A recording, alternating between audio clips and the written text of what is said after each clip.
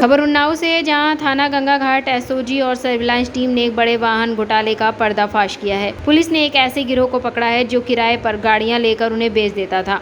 Police ने इस मामले में 5 आरोपियों को गिरफ्तार किया है।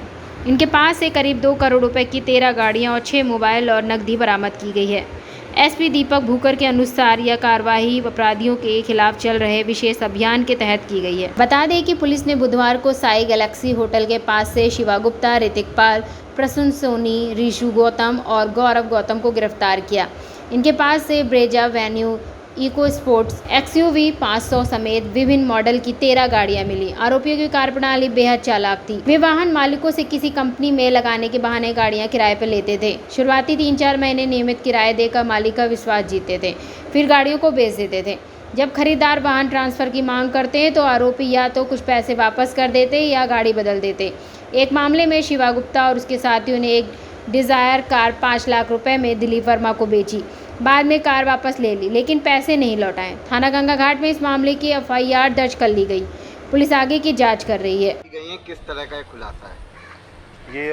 उन्नाव जो एसओजी टीम है और गंगा घाट पुलिस के द्वारा 5 अभियुक्तों को गिरफ्तार किया गया है और उनसे हमें 13 जो 4 व्हीलर्स हैं, गाड़ियाँ जो लग्जरी गाड़ियाँ भी इसमें इन्वॉल्व हैं, वो भी बरामद की गई है।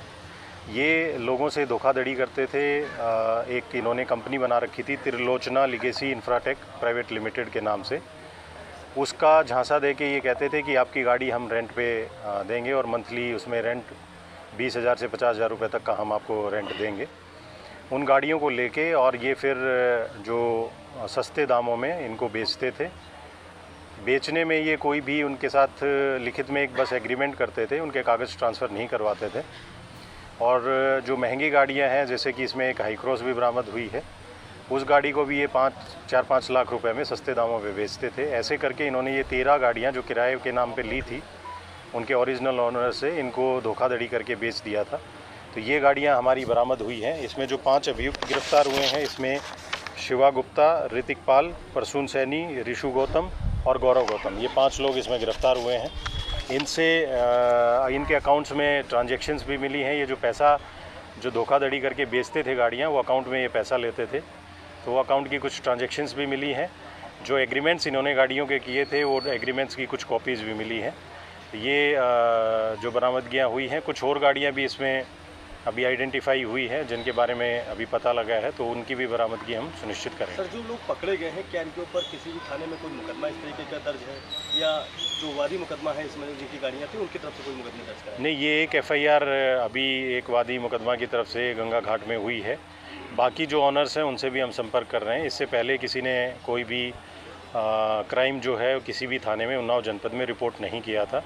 बाकी अन्य जनपदों में अगर इनके खिलाफ कोई अभियोग अगर पंजीकृत हुआ है तो उसके बारे में हम जानकारी करेंगे। सर, इन 5 के अलावा भी और कोई भी रैकेट में शामिल है? अभी तक की पूछताछ में 5 लोग ही हैं। बाकी क्योंकि अकाउंट्स की स्टेटमेंट्स और वो भी हमें वेरीफाई करनी है, तो विवेचना के दौरान हो सकता है कि कुछ और लोगों की इन्वॉल्वमेंट इसमें मिले, तो उनको भी हम आइडेंटिफाई करके कार्रवाई सुनिश्चित करें। पकड़ी गई गाड़ियों की कीमत लगभग कितनी होगी बाजार? जो पकड़ी गई गाड़ियां हैं उनकी लगभग 2.25 से 2 करोड़ के बीच में इनकी लगभग जो मार्केट वैल्यू है वो।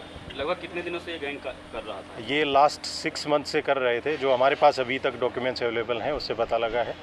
हो सकता है कुछ और विक्टिम्स सामने आए, उससे भी पता लगेगा कि इन्होंने और किन किन के साथ ये धोखाधड़ी की है। विक्टिम्स केवल उन्नाव के हैं या अन्य जनपदों के भी अभी तक सामने हैं? अभी तक के में हमें उन्नाव जनपद के ही मिले हैं, कुछ लखनऊ के भी हैं।